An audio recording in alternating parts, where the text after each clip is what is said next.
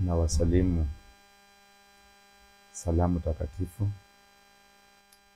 salamu zenye zimejaa matunda ya Roho Mtakatifu, salamu ambazo zimejaa mambo yote ya kiungu kwa utukufu wa jina lake.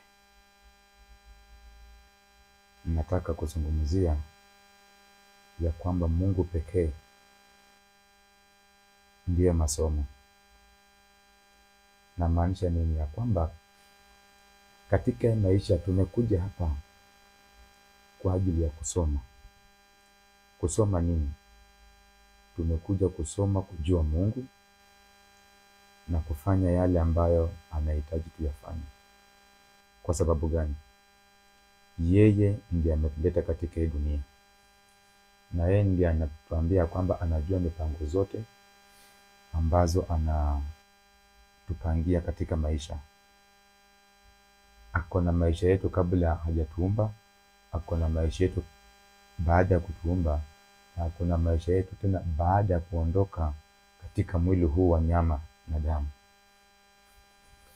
Ndio maana tunasema ya kwamba kama uko na masomo mengine kando na kujua Mungu katika hii dunia, upendo umeanguka.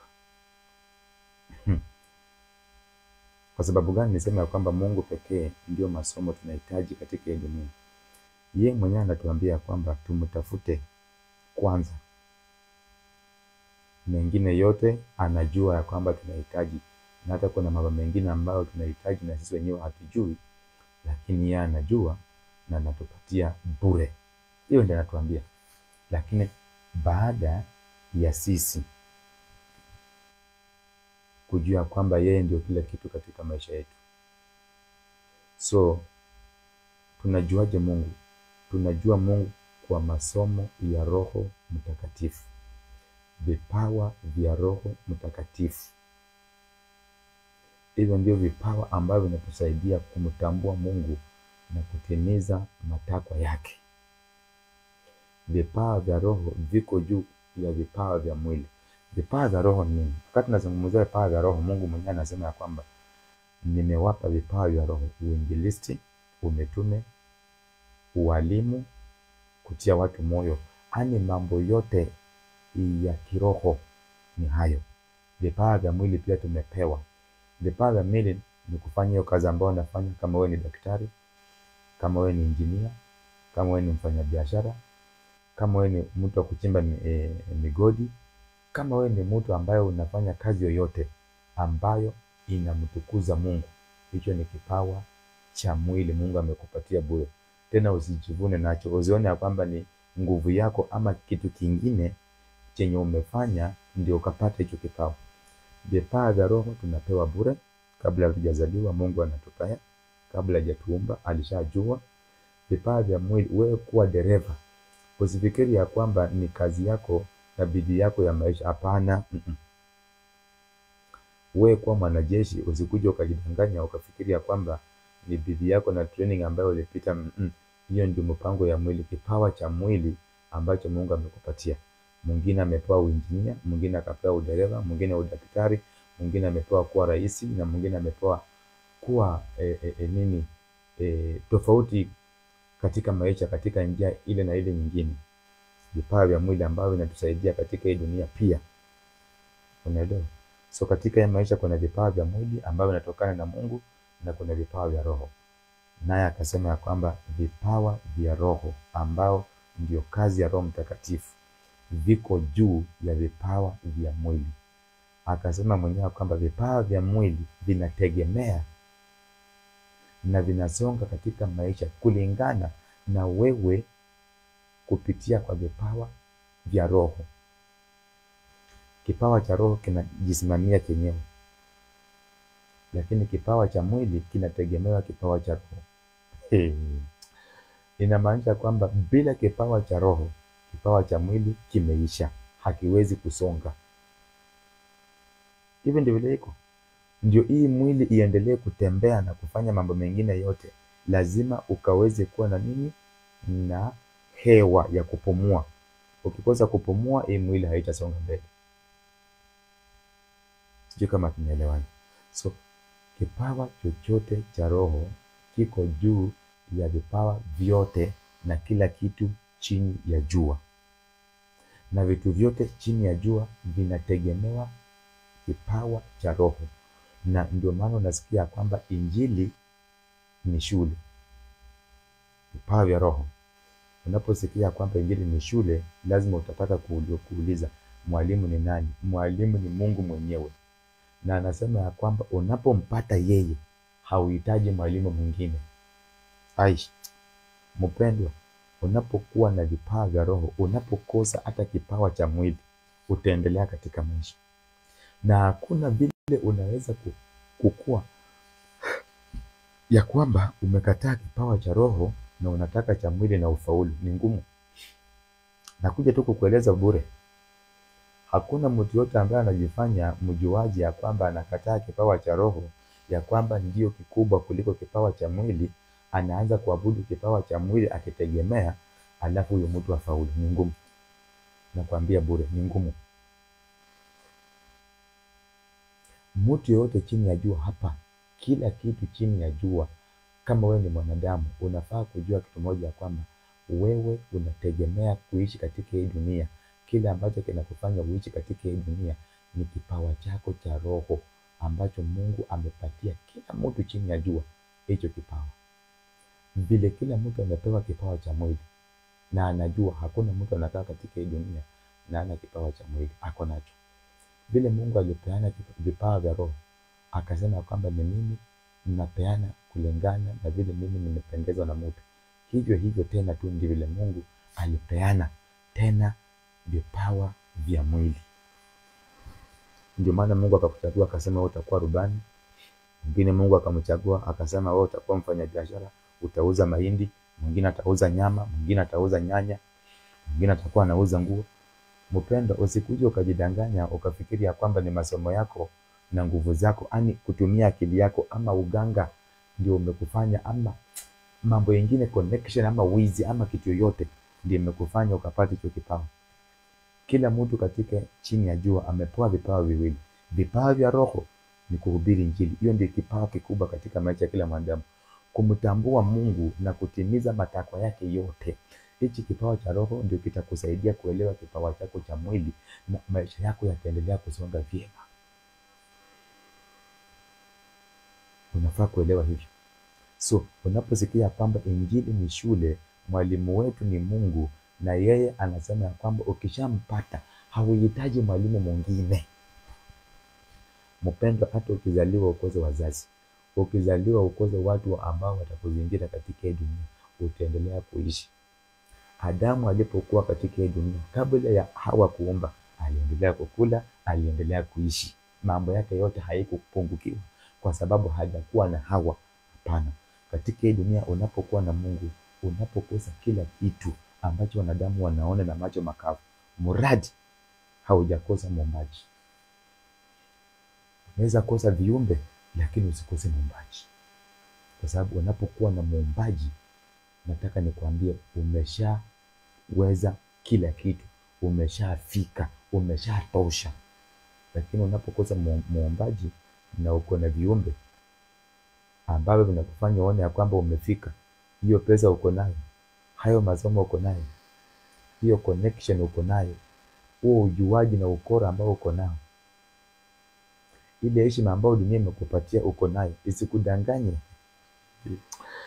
ukafikiri ya kwamba utazionga katika maisha na umekataa kazi ya kwanza ya Mungu. Haiwezekani. Mungu ndiye alisema hivyo, na vile Mungu alipanga, nataka nikwambie, hakuna atakayemkosoa na hakuna atakayemsaidia katika kitu chochote katika hii maisha. Uko hapa kuelekezwa na Mungu, na vile amesema ni final. Ndio nasikia kwamba chenye amesema amemaliza. Hakuna anayeweza kuongeza ama kutoa chenye Mungu amesema. Usifikiri ni kufunga kwako, kuomba kwako, kwa kesha na kufunga, kutoa kwako sadaka kunaweza kufanya Mungu abadilishe mawazo yake kwa mipango ambayo aliweka kwa maisha yako. Hakuna kitu utafanya kuongeza ama kutoa kwa mipango ya Mungu. Jua hivyo.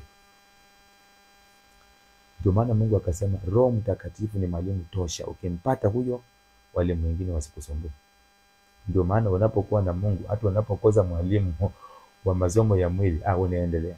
Unapokosa hata mzazi, unapokosa hata washauri, unapokosa hata wanadamu kwa maisha yako, unaendelea tu kuendelea na maisha, kwa sababu uko na vyote. Ukikuwa na Mungu uko na kila kitu. Lakini ukikuwa na rais umepungukiwa, ukiwa na mzazi bado umepungukiwa, ukiwa na bosi na biashara yako na pesa na kila kitu ya hii dunia ambayo wanadamu wanaona wanaanza kukusujudia, bado umepungukiwa. Lakini ukiwa na Mungu uko na kila kitu. Sijui kama unanielewa. Hiyo ndio kitu unafaa ujue. Na katika hii maisha hapa duniani unafaa uelewe kitu kimoja. Tuko hapa chini ya mafunzo. Tuko chini ya training. Tuko chini ya training kali. Na hiyo training ni Mungu mwenyewe. Kila kitu ambacho kinafanyika katika maisha yetu ni training, ni mafundisho. Hiyo ndio kitu ambayo watu wengi hawajajua. Mambo yote yanayotendeka katika maisha yetu ni mafundisho. Hiyo unafaa ujue hivyo. Kama hujui, kuanzia leo elewa hivyo. Tuko chini ya training. Kila mtu, hata huyo mwalimu ambaye Mungu anamtumia, hata mimi. Unajua training ya Mungu nayo haijalishi ati wewe ni mwalimu, wewe ni mwanafunzi. Sisi wote tuko chini ya training ya Mungu mpaka siku tutakapoondoka katika hii mwili, bado tunaendelea na training yake. Training ya Mungu ni ya milele. Jua hivyo. Hakuna siku utasema kwamba sasa nikiondoka katika hii dunia sasa nitakuwa nimemaliza. Hapana, utaendelea kuwa chini ya mafundisho ya Mungu ukiwa katika mwili huu wa nyama na damu, na ukiwa katika mwili wa roho kama malaika, bado utakuwa katika mafundisho ya Mungu. So hakuna mtu yeyote atakayekwepa training ya Mungu katika hii dunia. Hivi ndio unafaa kuelewa. So mtu yeyote, ukuwe wewe ni pastor, ukuwe wewe ni bishop, ukuwe mtumishi yoyote wa injili, wa vipawa vya roho, uko chini ya mafundisho ya Mungu. Na hakuna mtu amefika asema ya kwamba mimi nimeshafika sasa sitaendelea kufundishwa. Unafundishwa siku zote, uko chini ya mafundisho milele. Jua hivyo. Wewe jipige kifua, ongea vile unataka, lakini unajua ya kwamba yote ambayo unapitia katika hii dunia, hakuna mchawi, hakuna shetani, hakuna mrogi, ati kuna mtu anakuchimbia ndio maana uko hivyo. No, wewe mwenyewe nilishakufundisha kwamba shetani sio kiumbe kingine, sijui sio roho nyingine. Shetani ni wewe tu ambaye umeomba. Mimi tu saa hii najifanya kuwa shetani na kuwa shetani. Kwa sababu gani? Wakati nimekataa yale ambayo Mungu ameniambia ya kufuata mema na nimekubali maovu. Ninapoanza kutembea katika ile njia maovu, hapo ndipo ninakuwa shetani. Ninapotembea katika njia ile ambayo Mungu anataka, ninakuwa mtakatifu. Sasa mambo ya shetani ati kuna kiumbe kingine kiko mahali kinakusumbua, mara kuna roho nyingine mahali fulani, mara kuna watu tunakaa katika hii dunia kila siku ni watu gani? Watu ambao hawakuchangia hata kidole, hata unywele mmoja katika maisha yako, wanakusumbua ya nini? Mpendwa, wanakusumbua ya nini? Sisi wote tuko chini ya mafundisho. Rais yako chini ya mafundisho. Mwanajeshi, askari, yule Boko Haram, yule gaidi mkubwa, wale watu ambao wanajifanya ati ni mafrimason wanaabudu shetani sijui nini. Hakuna kitu wanaabudu, wako chini ya Mungu wote. Ni vile Mungu ameshawaambia kwamba hii ndio njia mnafuata, wakasema hapana, pia tunataka kujua ile nyingine. Mungu akawaambia mwachane na ile, tunataka kujeni. Wamefikishwa pale. So usikuje kusema ya kwamba katika hii dunia ati mimi siko chini ya mafundisho. My friend, hakuna mtu hayuko chini ya mafundisho. Kila mtu, na hiyo ndio kazi ambayo tuko nayo katika hii dunia ambayo tunaifanya. Takujue hivyo. Sasa unapokuwa katika hii dunia unafaa ubaki katika mafundisho yako. Training yako. Training katika hii dunia kila mtu amepewa training yake. Training zinaweza fanana, lakini katika kufanana haina shida. Kuna kitu ambacho katika hiyo kufanana kinatofautisha. Mungu atatupatia training moja, lakini uwezo wa kila mtu katika training ile utakuwa tofauti. Njia ya kutenda mambo katika ile training yako itakuwa tofauti. Mambo ya mwili hii pamoja na mambo ya roho, kila mtu amepewa, kama ni kipawa cha roho na kipawa cha mwili, lakini kila mtu amepewa neema yake, kila mtu amepewa uwezo wake, kila mtu amepewa njia ya kutimiza mapenzi ya Mungu kivyake. Lakini usiamuke tu na mambo yako alafu unasema kujificha katika uovu na kusema pia ni njia ambayo Mungu anasema ya mema. utakuwa unajidanganya. Kwa sababu kuna wengine wakisikia kwamba kila mtu amepewa kipawa chake ni tofauti, kipawa cha mwili pamoja na kipawa cha roho, jinsi ya kutenda katika hiyo kipawa ni tofauti, uwezo ni tofauti, neema ni tofauti, kibali ni tofauti, na mengine mengi ni tofauti. So mtu anaamuka mahali ambapo kuna uovu anaweka wema, akisema kwamba hiyo ndivyo vile Mungu anataka. Mambo hajendi hivyo, ndugu wa madada. Sisi sote, hakuna kiumbe chochote, hata wanyama wako chini ya training. Jua iko chini ya training, milima, samaki baharini, mamba baharini pale. Kila kiumbe cha Mungu kiko chini ya mafundisho. Hata mahindi na maharagwe yako chini ya mafundisho. Kitu yote ambaye Mungu kila kitu kiko chini ya mafundisho na kinamtukuza Mungu. Wacha nikwambie, tunatukuza Mungu tukiwa chini ya mafundisho yake. Hakuna mtu ambaye anasema ati yeye ni jeuri, ati yeye mambo ya Mungu sitaki. Utaki gani? Huyo yote anayofanya ni ya Mungu. Jua hivyo. Nilikwambia kwamba usipofanya ya Mungu mema, utafanya yake yale maovu. Mshahara ya maovu amekwambia utalipia. Ukifanya mema na wewe tena atakulipa. My friend, hatutoki katika injili. Mafundisho ya Mungu yananifurahisha. Na kila mtu ako pale kwa hiyo training, na unafaa ubaki katika hiyo training kulingana na vile Mungu anataka ufanye. Nimekwambia tunaweza kuwa sisi wote tumeitwa, sisi wote ni wainjilisti, lakini vile mimi nafanya uinjilisti wangu, mbinu ya vile mimi natumia ni tofauti na yule mwingine. Ndio unaona kuna wainjilisti ambao wanahubiri kwa mabasi, kuna wale wanahubiri kwa soko, kuna wale wanahubiri kwa mashule, kwa hospitali, kuna wale ambao wanatafuta viwanja, mastadium ndio wanahubiri, lakini yote ni injili. So training yetu ya maisha iko hivyo. Nakwambia, lakini kila mtu hata katika maisha ya mwili ni hivyo. Sisi wote tutakuwa wafanya biashara, lakini biashara yangu na yake inaweza fanana, lakini kila mtu jinsi vile atafanya katika hiyo biashara ni tofauti. Nakwambia, itategemea na wewe. Sasa ninataka nikwambia kwamba maisha ya roho ndio ufunguo wa maisha ya mwili. Wewe kupumua hivi, wewe kuona vile unaona hivyo, wewe kabla haujazaliwa kwanza mambo yako yalionekana kiroho. Unasikia mtu aliambia mama yako, nimeona umepata mimba, umezaa mtoto kijana ama umezaa mtoto msichana. Kabla hata mama yako hajashika mimba, tayari maisha yako ilishaonekana katika ulimwengu wa roho. Ndio maana ninakwambia mambo ya roho ni ya maana kuliko ya mwili.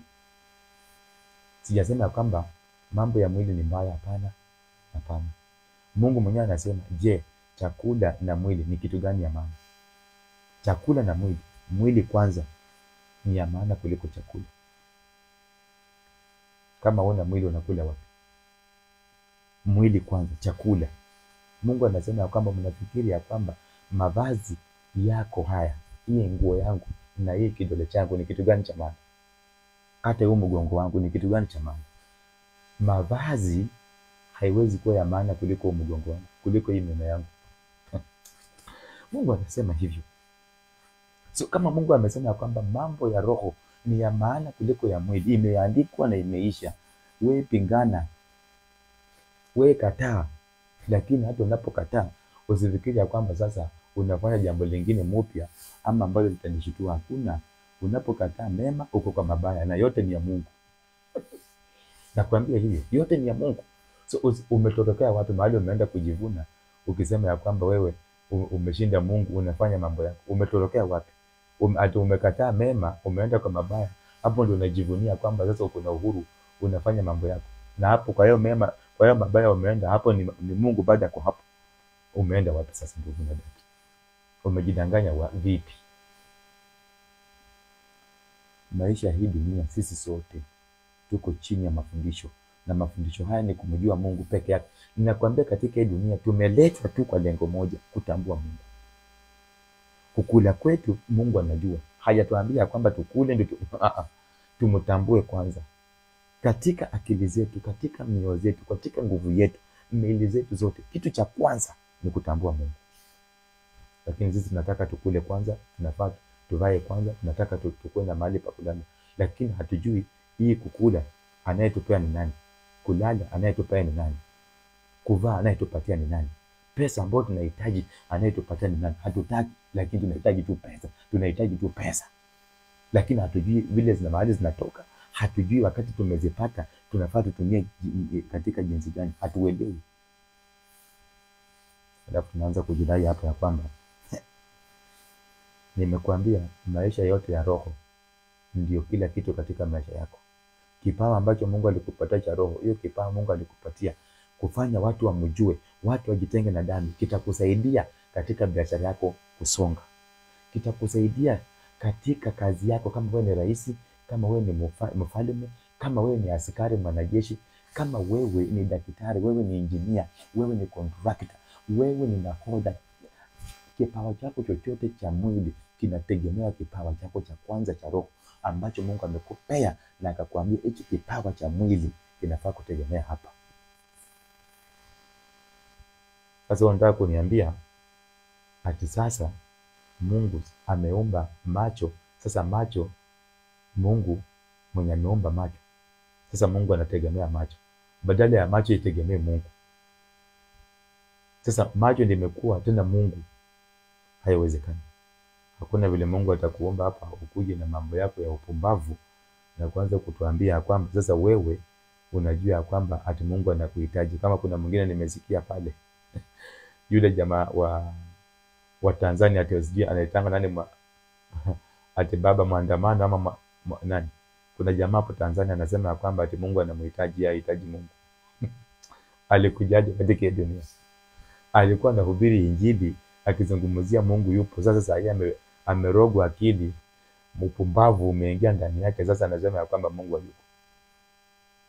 Ndugu, nataka nikwambie mahali huko pale Tanzania, kama unasikia ujumbe, rudi katika ujumbe ambao ulihubiria watu wamjue Mungu, wajitenge na dhambi. Wajana na ziaza za wakora wakorofi, au watu ambao wamekuchanganya. Mungu alisema siku ya mwisho watachanganya hata mpaka manabii. Mimi wamenikujia wengi.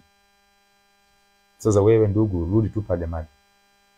Kuna jina anaitwa hapa usijue nani Mwandama. Anasemanga mimi baba yenu. Rudi katika njia ambayo ulikuwa ya kwanza, ulimhubiri Kristo, ukasimulia habari zake, watu wakaokoka kwa sababu ya injili yako. Sasa hawa ni wale ambao wamekuja wakakuchanganya, ni wale ambao Mungu alisema siku ya mwisho manabii watatokea, na hata usipochunga wale ambao Mungu amewachagua, amewaita, watadanganya na hawa manabii. Sasa wewe ulidanganya na wale wakora. Sasa ukawaambia kwamba Mungu hayupo. Na hapo mwanzo ulisema yuko na ukatangaza nguvu zako. So na ujinga ambao umeingia ndani ndugu. Hakuna kitu kingine kitakutoa. Mungu ndiye anakuja kukutoa. Mimi nikutoa hapa kama chombo ili nikuambie ukweli, utoke katika huo upumbavu, urudi katika njia. Hakuna njia nyingine ndugu. Ujumbe huu ukiupata, anza kuushughulikia. Usiingize kiburi na majivuno na matusi. Hata ukitukana hiyo vitu yote, hakuna kitu kitanisumbua mimi. Ukitukana, ukatai, upingane hiyo mambo, mimi nimeshakwambia ukweli. Na sio wewe peke yako, kuna wengi mmepotoshwa. Kuna watu mlikuwa mitume, mlikuwa manabii, mlikuwa wachungaji, lakini wakora wa injili ambao Mungu alitabiri katika Mathayo 24 watatokea na kudanganya hata wale ambao waliitwa na Mungu. Watadanganya mpaka wale waliitwa na Mungu. Na kweli tayari neno la Mungu limetokea. Mungu akasema tusimame imara, tutunze imani. Unafikiri ni mchezo? Maisha ambayo tunapitia hakuna mchawi ndani bwana. Wachawi ni sisi wenyewe. Mungu anatupitisha katika maisha kila jambo tujue kwamba yeye yupo. Wakati Mungu anasema yeye ni baba wa yatima, atakuwaje baba wa yatima kama wazazi hawajakufa wa hao watoto waitwa yatima? Atakuwaje baba wa wajane kama mabwana hawajakufa ama wake hawajakufa? Na hao watu Mungu mwenyewe anaendelea kuwalinda, ndio wanakuwa wajane kwa sababu hawana bwana, lakini Mungu yupo na anasema yeye ndiye baba yao, yeye ndiye mume wao. Paka kukue na hao watu wameondoka, kwa sababu mjane anakuanga mtu gani? Mtu ambaye amefiwa. So Mungu anaposema ya kwamba yeye ni baba ama mume wa wajane, lazima mwanaume akufe katika hiyo ndoa, Mungu akuje aendeleze na mambo yake katika hiyo ndoa. Watu wajue kwamba hata bila mwanadamu wewe utaendelea kuishi. Hata kama yeye ndiye alikuwa anakulisha, yeye ndiye alikuwa anakuvalisha, kila kitu yeye ndiye alikuwa anafanya, ulikuwa umemchukua kama Mungu. Mungu anataka kuambia kwamba bila huyo mtu mimi niko, amini mimi, utakula, utavaa kila kitu utaendelea kwa maisha, hakuna kitu utapungukiwa kwa sababu uko na mimi. Ukiwa na mimi uko na kila kitu. Mungu anapozungumza kwamba yeye ndiye analisha maskini, lazima maskini wakue. Wakati Mungu anazungumza kwamba yeye ni mponyaji, lazima magonjwa yakue, magonjwa sugu, ukimwi, kansa, magonjwa hatari kama virusi vya corona. Mungu akuje katika hayo magonjwa, ajidhihirishe ndani, watu wapone, ndio watu waseme kweli Mungu ni mponyaji. Sasa unaanza kutukana mtu atakiwa mgonjwa, atametenda dhambi, ama huyo mtu sijui ameanguka wokovu. Hapana, Mungu anataka tupitie pale kutufundisha kwamba yeye alituambia kwamba yeye ni mponyaji. Lazima wagonjwa wakue, tuone nguvu zake za uponyaji. Unaanza kulaumu shetani. My friend, wacha na mambo ya siasa. Kama hujui mambo ya Mungu, kaa chini, tulia. Utafundishwa tu. Kuna wengi walikuwa wajeuri, kuna wengi walikuwa wajuaji na masomo yao na pesa zao na nguvu zao na heshima za dunia, wakifikiri ya kwamba wao ni Mungu, lakini sasa hivi wako chini, wanasujudu huyu Mungu. Na ukipingana, nilikwambia kila siku nipigie simu. Ukipingana nipigie simu. Nitakupatia namba ya Nebukadneza. Ninakutumia namba ya Herode. Umpigie. Herode atakwambia Mungu ni nani. Nitakutumia namba ya Ahab. Unampigia. Ahab atakueleza Mungu ni nani. Ujuaji yako hauwezi kufikia Ahab bana. Hauwezi kuwa mjuaji kuliko Mafarisayo na Masadukayo. Nitakutumia hata mpaka namba ya Nicodemus, mwenye aliendea Yesu usiku akamwambia Yesu, nimekuja, nimeamini wewe ni Mungu, kwa sababu mambo ambayo unayafanya, mimi nilisomea mambo ya dini lakini nimeshindwa kuelewa hii mambo ya Mungu. Hauwezi kufanya hii mambo ambayo unafanya kama wewe sio Mungu. Nicodemus alikuwa ni mtu anafundisha watu neno la Mungu, lakini kimwili hataki kuelewa Mungu ni roho. Alimuendea usiku, aliogopa hata watawale wa dunia, watu wataonaje yeye ni nani. Kama hauna namba yake, niko nayo. Niko na namba yake na maisha yake, niko na namba zake na Daniel. Ukitaka ni kuja kwangu, nitakutumia hizo namba, wapigie, watakueleza Mungu ni nani. Na kupatia namba za wale watu ambao ukiongea nao watakupatia ushuhuda wa kutosha.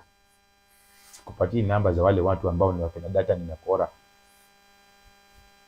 Wale ambao wanajifanya kwamba tu wanajua Mungu kuliko Mungu mwenyewe, na mwisho wao wanamezwa. Unasikia vile Mungu anasema? So, nataka nikwambie kila kitu ambacho unapitia katika maisha, wacha kulaumu watu. Uko chini ya mafundisho. Kama Mungu anasaidia wale watu ambao hawana kazi. Wewe unajua kuna watu wangapi hawana kazi katika hii dunia? Hii kazi ya mwili, hawatoki asubuhi waende wafanye kazi na warudi. Na hao watu wanakula hata vizuri kuliko wenye wanaamuka asubuhi na wanaenda wanafanya hata kazi, wanatoka huko wamechoka, hata kulala kwenyewe ni shida, hata kutembea. Na kuna mtu hapa akutuka nyumba na baada anaendelea kukula.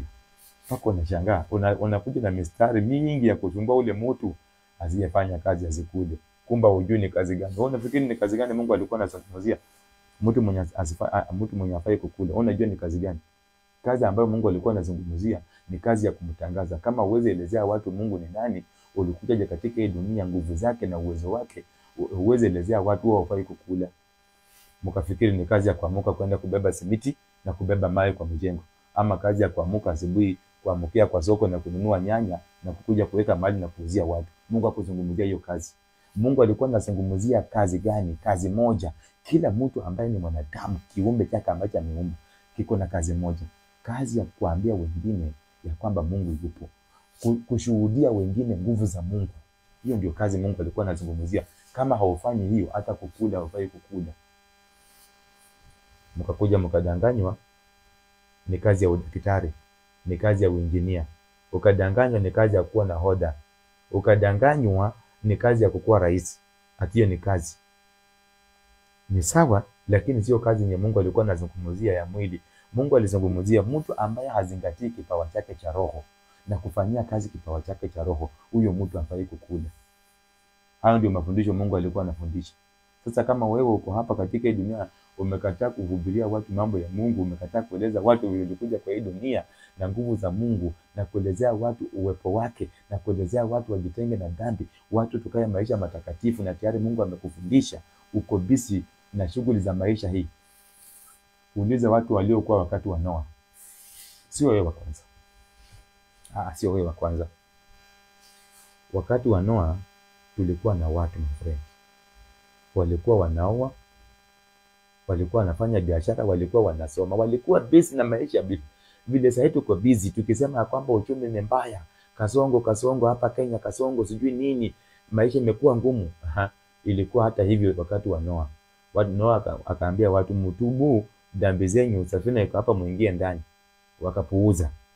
Wakati ilifika walikimbia, wakaenda kwa milima, walienda kwa mawe, walienda kwa miti, wakapanda kwa vitu ambao walikuwa wanategemea, kila kitu iliisha.